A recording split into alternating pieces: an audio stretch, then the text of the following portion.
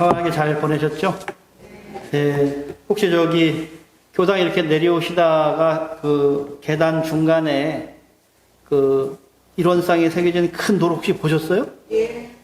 어휴, 참 눈이 밝으시네요. 우리 저 김기론 교도님께서 그 형님이 그 전주에서 그 수석원을 이렇게 크게 하시다가 이제 그 일원상 그 돌이 있다고 특별히 그 동생이 원불교를 다니니까 원불교에 희사하고 싶다 그러셔가지고 이렇게 아주 멋진 그 일원상 수석을 이렇게 직접 가지고 오셨어요. 그래가지고 그 자리에 놨으면 좋겠다 해서 그냥 그 자리에 이렇게 놨는데 이게 교당 들어오는데 이게 또 인물이 이게 환하게 또 드러나더라고요. 또 큰 일원상을 이렇게 모시고 하니까. 그래서 아마 그 형님 기론 교도님 또 형님께 감사를 드리고요. 또 이렇게 또 동생이 원불교를 다닌다고 그렇게 큰 마음 내기가 쉽지 않은데도 불구하고 이렇게 또 이제 수석을 또 시사해 주셔서 굉장히 기쁜 마음을 가지고 있습니다. 저희가 이제 일원상을 또 이렇게 하나 더 모시는 그런 큰 또 영광이 되어졌지 않나 생각이 들고요. 이런 계기로 해서 교당에 또 이전도 원만이 되고 또 저희 또 기관들도 또 이렇게 더 많이 발전할 수 있는 그런 계기가 됐으면 좋겠다라는 생각을 가지고 있고 또 여러 사람들이 그렇게 인연이 있으면 그 인연의 어느 순간에 이렇게 보온하려고 하는 그런 마음들이 다 있다라고 하는 겁니다. 그래서 부처님께서도 절대 그 인연복은 놓치지 않는다라고 그렇게 하셨듯이 우리가 이게 끝없는 세월 속에서 어떤 인연을 어떻게 만날지 모릅니다. 그래서 이왕이면 우리가 이 좋은 인연을 만날 수 있도록 노력을 해야 되고요. 그런 노력을 하기 위해서는 우리가 좀 정성을 들이지 않으면 안 되겠다 생각이 들어집니다. 그래서 여하튼 많은 인연들 만들어내시고 또 좋은 선연의 그런 인연들이 되어졌으면 하는 그런 생각이 들어집니다. 그리고 저희가 지금 이제 교당 이전 팀이 새롭게 결정이 돼서 또 여러 또 회장님 이하 또 우리 임원들 또 건축 임원들이 요즘 계속 끊임없이 이렇게 더위를 무릅쓰고 이렇게 또 건물을 보러 다니고 또 이렇게 노력을 많이 하고 있습니다. 그래서 감사를 드리고요. 저희들이 이렇게 아직 여건이 좀 충분하지 못해서 쉽게 결정은 못하지만은 이제 조금씩 저희들이 이제 목표한 성금도 이렇게 많이 차지고 또 이렇게 길이 조금씩 보이지 않나 그런 생각이 들고요. 제가 왜 이 말씀을 하냐 하면은 저희가 작년 6월 7일부터 저희가 기도를 했습니다. 그러면 이제 저희가 1년 동안 이렇게 기도를 한 것입니다. 사실 우리가 360 오늘 이제 360여일 동안 저희들이 이렇게 정성을 모은다는 것은 사실 쉽지 않은 일이고요. 저도 이 교당을 떠나지 않고 기도에 정성을 올렸습니다. 그러면서 참 우리가 이렇게 기도를 할 수 있다는 자체가 어떻게 보면 굉장히 기쁨이고요. 또 기도 명단을 부르면서 제가 모르는 분들이 많잖아요. 수없이 많은 그런 어떤 인연을 짓고자 이렇게 하시는 그 교도님들에게 또 이렇게 조금이라도 보온할 수 있는 길은 정성을 다해서 이렇게 기도를 모시는 일이다 생각을 하고 이렇게 기도를 하고 있습니다. 그리고 저희가 한우란 신문에 이렇게 이전 광고도 내고 또 권선문도 이렇게 하다 보니까 다소 우리 교도님들이 뭐 이렇게 마음에 부담이 되어질 수도 있겠지만은 그 부담을 이렇게 또 놓으시고 이렇게 하셨으면 좋겠고요. 그리고 이제 저희 이전 광고를 보고 이게 전국의 많은 교도님들이 이렇게 또 협력을 해 주시고 계십니다. 요즘 뭐 기도 명당 부를 때 좀 지루하지요? 기도 명단을 한 20분은 불러야 됩니다. 지금 기도 명단 보니까 보통 한 6분, 7분 정도 걸리는데 그만큼 우리 이게 교당 불사에 협력을 많이 해주셨다는 것이고요.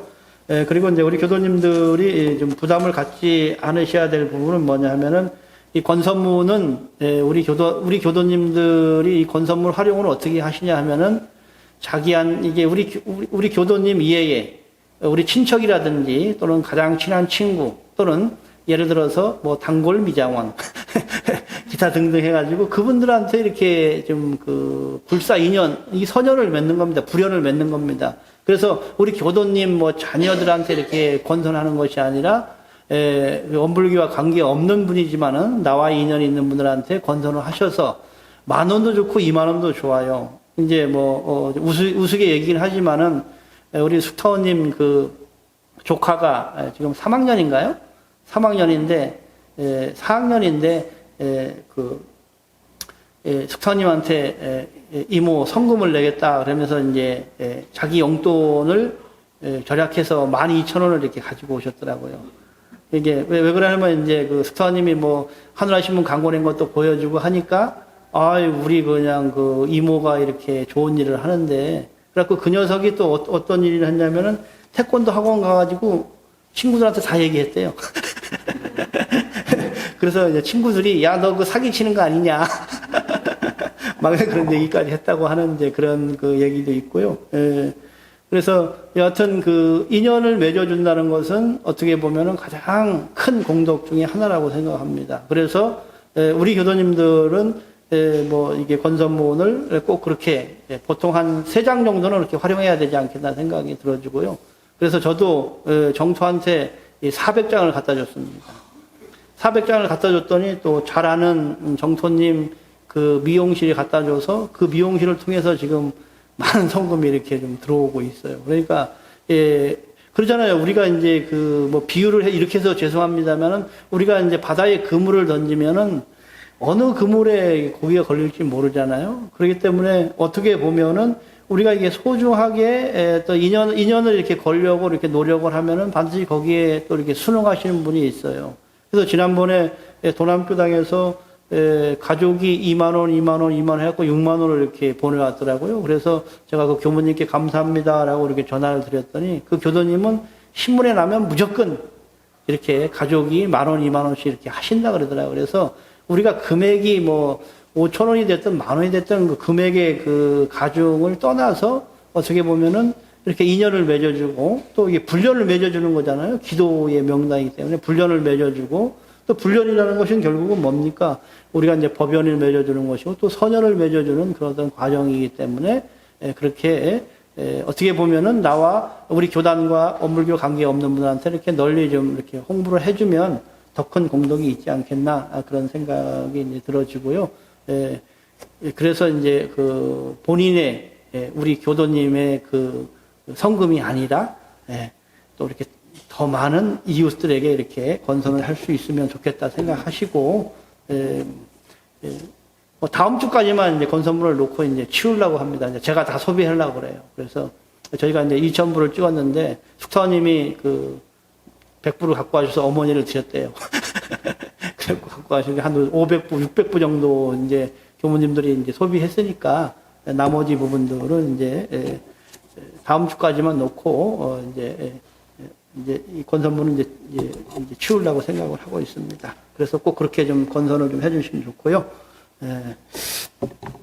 오늘은 오늘 설교 말씀은 우리 이제 자산 상사님께서 정례법회에 빠짐없이 참석한 공덕이라고 하는 이게 법문이 제가 보니까 너무 이 법문이 좋고 또 우리 교도님들이 이 법회에 와서 어떠한 공덕을 얻어야 되는가 또 어떠한 마음으로 이게 법회에 참석해야 되는가 하는 그 법문을 이렇게 자산 상사님께서 법문을 해 주셔가지고 그 부분을 좀 시간이 되는 데까지 그렇게 함께 공부를 해볼까 합니다. 그래서 먼저 우리 자산 장사님께서 해주신 법문을 같이 한번 읽어보고 제가 말씀을 드리도록 하겠습니다. 함께 공독을 하겠습니다. 정례법회 정기훈련에 빠짐없이 참석한 공덕 1. 겸손의 신법이 자란다.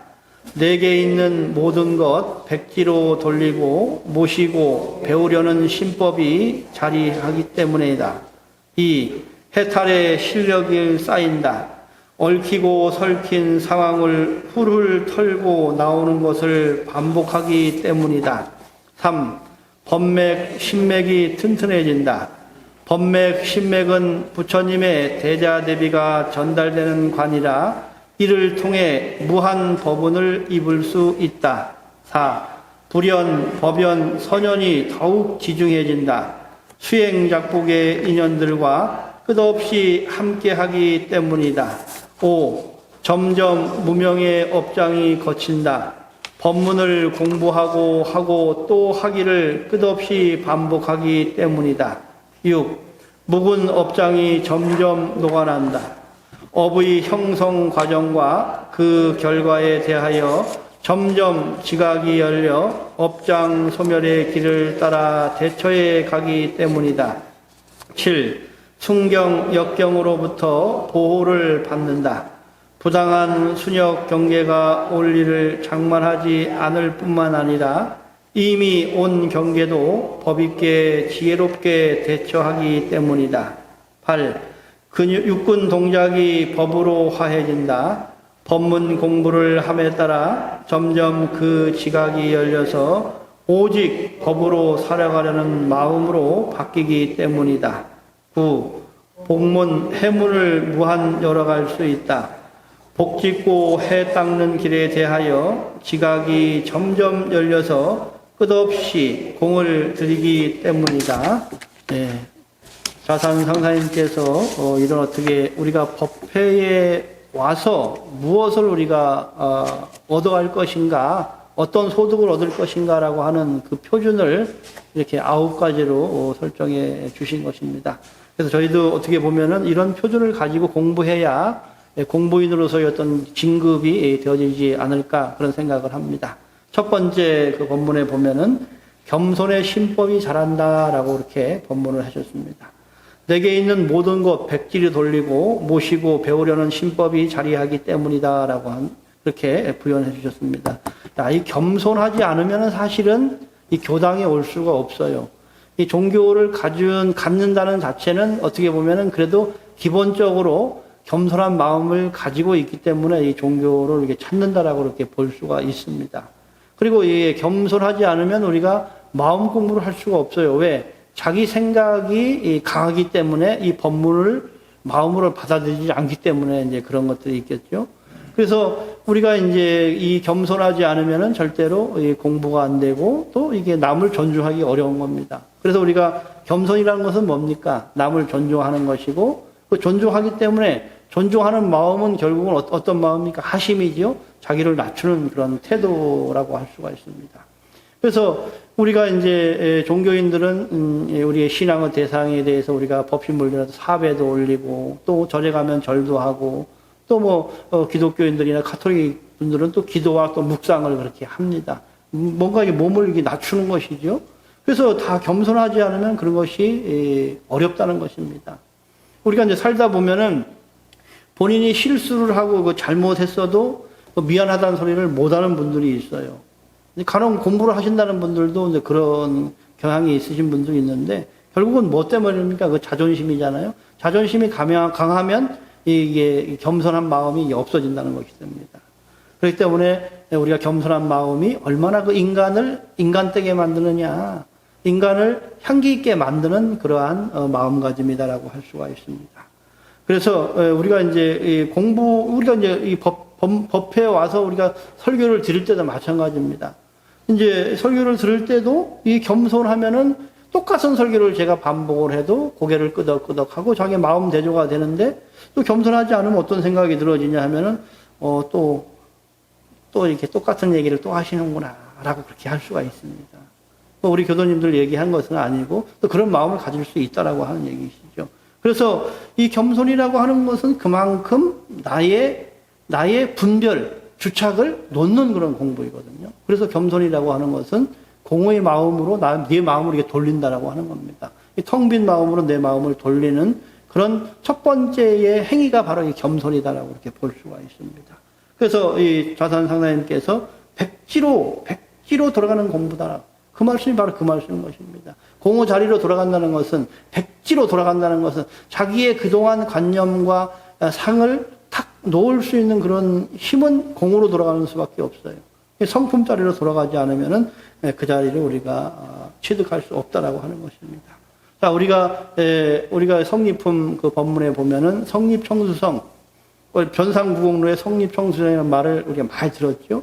그러니까 분별 없는 자리에서 그 분별을 들을 줄 아는 그런 마음의 힘이 필요하다는 겁니다. 우리 교도님들 늘 어떤 거를 이렇게 생각을 하셔야 되냐 하면은 내가 지금 말을 하고 있죠? 제가 지금 말을 하고 있고 우리 교도님도 듣고 계시죠? 그러니까 듣고 있는 그 마음, 말하고 있는 그 마음의 바탕을 놓지 않아야 된다라고 하는 겁니다. 그래서 제가 지금 말을 하고 있지만은 말을 하지 않는 말이 나오는 그 바탕을 지금 내가 그것을 바탕해서 얘기를 해야 분별 없는 마음이 되는 것이지 제가 말이나 이 설교 원고에 거기에 휩싸이거나 또 어떤 감정에 휩싸이거나 하면은 그 본바탕을 잊어버리게 되는 겁니다.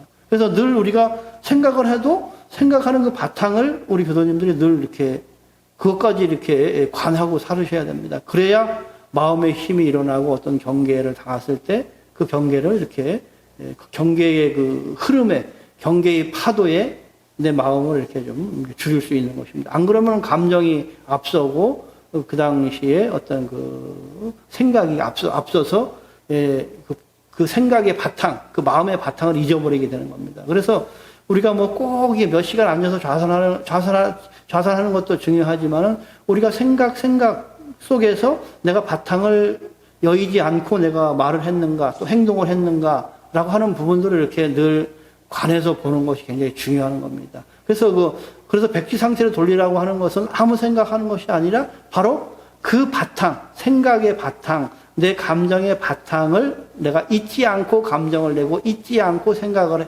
해야 된다라고 하는 이제 그런 의미가 있습니다. 굉장히 중요한 겁니다. 우리 교도님도 지금 제 말을 들으면서도 또 여러 가지 생각이 있을 것입니다. 그러면 그 여러 가지 생각이 나오는 그 바탕을 늘 이렇게 보면서 제 말씀을 듣고 또 우리 교도님들이 또 생각하는 것을 그 바탕에 비추어서 이게 생각하는 것들을 늘 연습을 하시는 것이 바로 뭐를 단련하는 길이냐면 수양력을 키우는 것입니다. 그래서 우리가 보면은 우리 교전에 이런 표현이 있습니다. 성품은 오독하는 것이고 정신은 뭐 하는 것이라 했어요. 정신은 수양한다 그러죠. 또 마음은 공부한다라고 하는 이렇게 차별을 두서 이렇게 표현을 했던 것입니다. 성품은 그대로 깨쳐서 아는 것이다라고 하는 것이죠. 예? 그리고 정신이라는 것은 영영한 감이 있기 때문에 영영하기 때문에 뭐 합니까? 분별하기 쉽다라고 하는 거예요. 그래서 분별성과 주착식이 없는 경지를 유지하는 것이 정신 수양이다라고 하는 것이죠. 마음이라는 것은 뭡니까? 정신이 분별을 해서 그 분별한 마음을 내가 어떻게 그 분별한 마음에 쫓아가지 않고 분별한 마음에 내가 몰입되지 않고 분별한 마음의 바탕인 정신에 근거해서 나의 어떤 마음의 작용을 이렇게 붙들고 있는 것이 굉장히 중요하다라고 하는 그런 부분들을 강조를 하신 것입니다. 그래서 그 마음이 있어야 사실 진짜 겸손한 것이죠. 우리가 뭐 그냥 행동으로 뭐 겸손하다라고 하는 것이 아니라 진짜의 겸손은 분별 없는 자리에서 분별할 수 있을 때 진짜의 겸손이 나온다라고 하는 부분을 우리가 이해를 하시면 되고요. 왜 대종사님께서 성립품에 변산 구곡로에 성립청수정 돌이 우뚝 서서 물소리를 들을까? 분별 없는 자리에서 분별 있는 소리를 들을 줄 알아야 되는 것이 그만큼 중요하다라는 것이고요. 그래야만이 정말 겸손을 통해서 공격이 나온다고 하는 것이죠. 그것이 중요하다는 것입니다. 두 번째는 어떤 법문이냐면 해탈의 실력이 쌓인다는 것입니다. 해탈이라고 하는 것이 결국 뭘까요? 우리가 해탈이라고 하는 것은 모든 것을 다 초월한 자리라고 그렇게 얘기할 수 있지만은 결국은 해탈이라고 하는 것을 우리 원불교의 표현으로 보면은 유념할 때 유념할 수 있고 무념할 때 무념할 수 있는 그런 자유의 마음을 가지고 있는 것이고 해탈이라고 이게 또 정산조사의 법문에 보면 나와 있잖아요. 그래서 결국은 뭐냐? 아까 처음에 겸손에 대해서 우리가 백지 상태로 돌리는 그 생각의 바탕인 자기의 그 정신의 바탕에 딱 초점을 두고 우리가 분별 없는 자리에서 분별할 수 있는 것을 그러니까 유념할 자리에 유념하고 무념할 자리에 무념할 수 있는 그 힘이 결국은 뭐냐면 해탈이라고 하는 것이죠. 그래서 해탈이라고 하는 것을 그냥 우리가 머리로 하면은 그냥 뭐 이런 말씀이 들리지만은 생각이 나오는 그 정신의 자리를 우리가 뚜렷하게 고요하게 지킬 수 있고 늘 그거의 바탕에서 우리가 유념할 때 유념하고 무념할 때 무념할 수 있는 그 힘을 단련해야 되는 것이 굉장히 중요하다고 하는 부분입니다. 그 생각의 바탕인 그 자리를 우리가 이해하지 못하면 우리 공부는 그냥 머리로 하는 공부고, 억지로 하는 공부고, 그냥 이야기 듣는 공부고, 글은 그리고 나는 나다라고 하는 그럴 수밖에 없는 거예요. 절대로 공부의 실력이 안 늘어나는 겁니다. 그래서 내 생각의 바탕이 이거구나라고 하는 것을 다 아실 거예요. 우리 교도님들은 다 몇십 년씩 공부를 하셔가지고. 그래서 중요한 건, 그래서 도인들은 뭐냐면 그 생각의 바탕이 분별력보다도 더 크다는 것이죠. 그래서 분별했을 때도 그 생각에 끌려가지 않고 그 바탕을 지키면서 분별하기 때문에 그래서 절도에 맞다라고 하는 겁니다. 물론 이제 우리가 열애의 출가의 경지이긴 하지만은 그래도 우리가 그런 마음을 늘 이렇게 간직할 수 있는 것이 중요한 것입니다. 자중사님께서는 부족품 1장에 이런 말씀하셨습니다. 해탈한 사람의 심경이라고 하는 것은 한번 마음으로 탁 놓기로 하면은 일시에 그 분별의 마음이 허공같이 없어진다고 했습니다. 우리는 생각을 없애려고 하는 그 생각 때문에 더 머리가 아프고 골치 아프죠. 생각을 없애야 되는데, 일심을 해야 되는데, 뭘 해야 되는데, 라고 하는 그 생각에 잡혀서 결국은 그 일심을 방해한다라고 하는 것입니다. 그래서 어떤 연습을 해야 되냐면 반복된 말씀이지만 생각의 바탕을 늘 관조해야 된다는 것이죠. 그것이 결국은 그것이 진리고 그것에 의해서 모든 3세의 조화가 나오고 모든 원리의 이치가 사실 그 마음속에서 나오기 때문에 늘 그것을 관조해야 된다는 것입니다. 그래서 정사종사님께서는 세전 해탈의 도에 이 세 가지로서 우리가 생활 속에서 해탈할 수 있는 그 방법을 설명을 해 놓으신 것이 있습니다. 자, 우리의 그 생각의 그 바탕인 자리는 생사가 있을까요? 없을까요? 내 생각에, 내 마음의 그 바탕은 생사가 있을까요? 없을까요? 있다, 없다? 있다? 없다. 그러죠. 예, 생각의 그 바탕인 우리의 정신의 바탕은 생사가 없다라고 하는 것입니다. 우리가 왜 생사가 없다고 그렇게, 우리가 현상으로 보면 다 생사가 있잖아요. 그런데 왜 부처님이나 도인들은 생사가 없다고 했을까요? 그 생각하는 그 바탕은 원래 생사가 없다라고 하는 겁니다.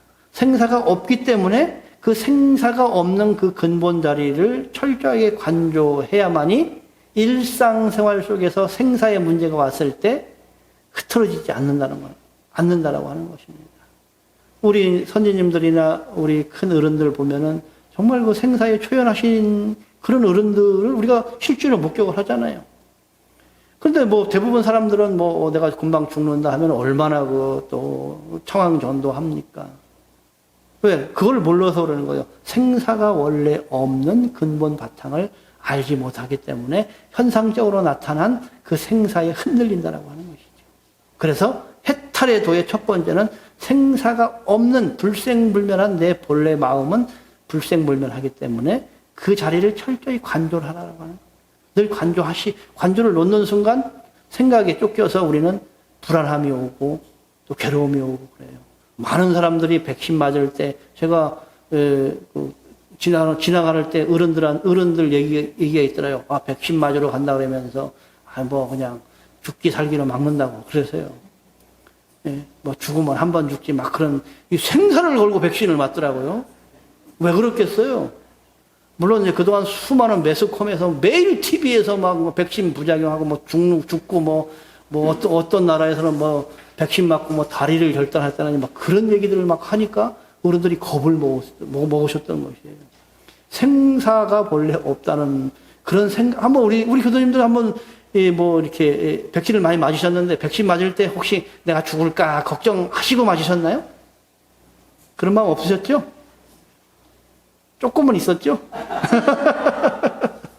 아마 그런 부담감, 저도 이게 좀 겁이 나기도 하더라고요.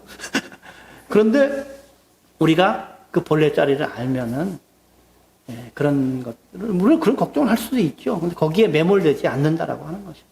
예. 그 다음에 뭐냐면 고활악이라고 하는 것은 원래 텅 빈 것이다. 고락이라는 것은 결국 뭐예요? 인연 관계를 얽혀지는 것이잖아요. 우리가 살아가면서 이게 인연 관계로 어떤 일이 벌어질지 몰라요. 그런데 중요한 것은 뭐냐면 그 본래 마음자리는 고락이 원래 동공한 자리, 텅 빈 자리다라고 하는 그런 거예요.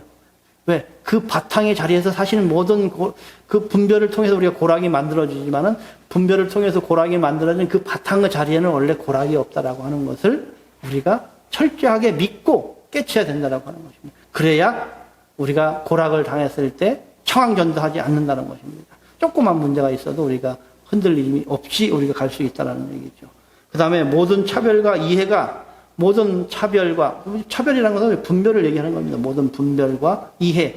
예? 이해는 뭐냐 하면은 이롭고 해로운 것이 원래 그 바탕은 공하다. 그리고 그것은 인과에 의해서 있어지는 것이다. 현상의 모든 차별과 모든 이해 득실은 다 뭐에 의해서 있어? 인과에 의해서 있다라고 하는 것을 우리가 철저히 관조해야만이 거기에 끌리지 않고 우리가 살아갈 수 있다라고 하는 것입니다. 그래서 정산종사님께서는 이 세 가지 생사의 문제라든가 고락의 문제라든가 이해와 차별의 문제도 다 그것을 관조함으로써 우리가 뭘 하자는 것이다. 해탈을 하자는 것입니다.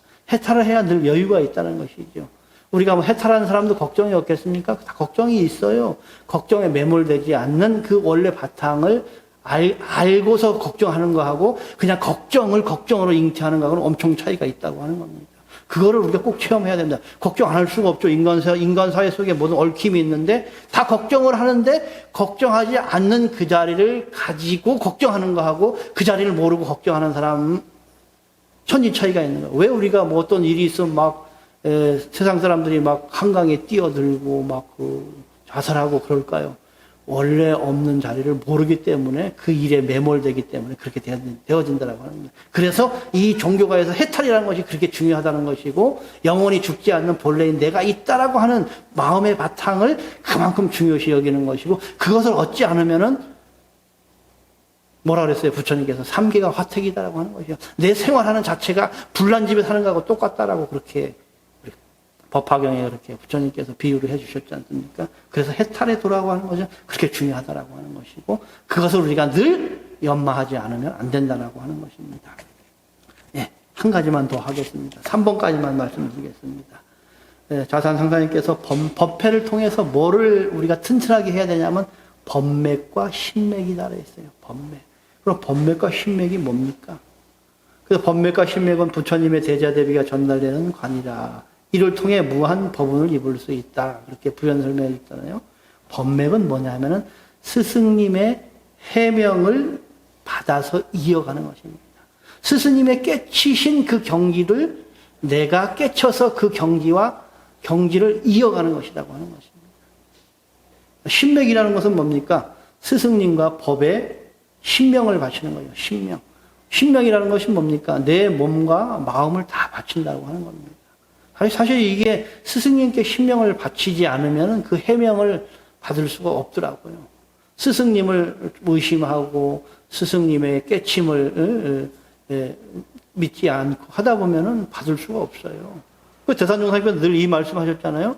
전탈전수라. 전부 믿으면 전부 받는 것이고 반만 믿으면 반만 받는 것이고 아무것도 안 믿으면 아무것도 받을 게 없다라고 하는 것입니다.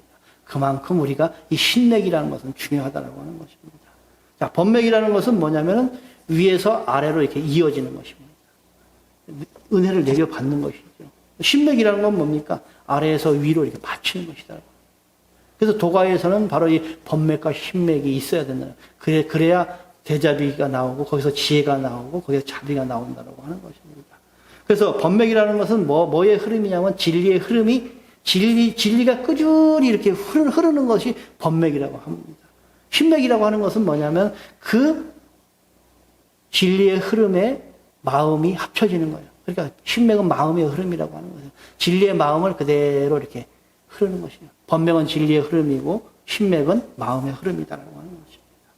그래서 이 신맥과 법맥을 얻어야 지혜와 자비를 얻어서 자신 구제가 된다는 거죠. 자신 구제는 뭡니까? 해탈이에요. 해탈. 중생 구제가 뭡니까? 중생을 해탈시키는 겁니다. 그 동력이 뭐냐면 법맥과 신맥이라고 하는 거예요. 그래서 늘 사실은 똑같은 얘기예요. 내가 내 생각의 바탕을 그대로 그 생각의 바탕에 내가 중심이 딱 됐을 때 뭐가 이어지냐면 법맥이 이어지는 겁니다. 그 진리의 말씀을 그대로 믿고 꾸준히 흔들림 없이 노력하는 것이 또 신맥이라고 할 수가 있는 것이죠. 그래서 법맥과 신맥은 둘이 아니다라고 하는 것이죠. 원리는 하나, 모든 하나를 가지고 이렇게 여러 가지를 각도로 말씀하셨지만은 결국은 바탕이 되는 내 마음을 내가 사용하냐, 못 사용하냐. 그래서 우리는 늘 근본된 흔들리지 않는 바탕의 마음과 천만 변화되는 내 생각과 내 감정의 그 흐름 속에서 내가 이렇게 살아간다라고 하는 것을 잊지 않고 우리가 사는 것이 중요하다라고 하는 것을 알으셔야 된다고 하는 것입니다. 그래서 우리는 자나깨나 앉으나 서나 내 생각의 바탕을 놓지 않는 그런 관조의 공부가 너무너무 중요하고 또 그런 공부를 통해서 해탈이 되고 법맥과 신맥이 되고 겸손의 도를 우리가 실천할 수 있다라고 하는 그러한 좌산 상사님의 법문을 오늘 소개를 시켰습니다. 그래서 다음에 나머지 4번부터 9번까지 법문은 다음에 소개를 하도록 하겠습니다. 네, 오늘 함께 해주셔서 감사합니다. 감사합니다. 감사합니다.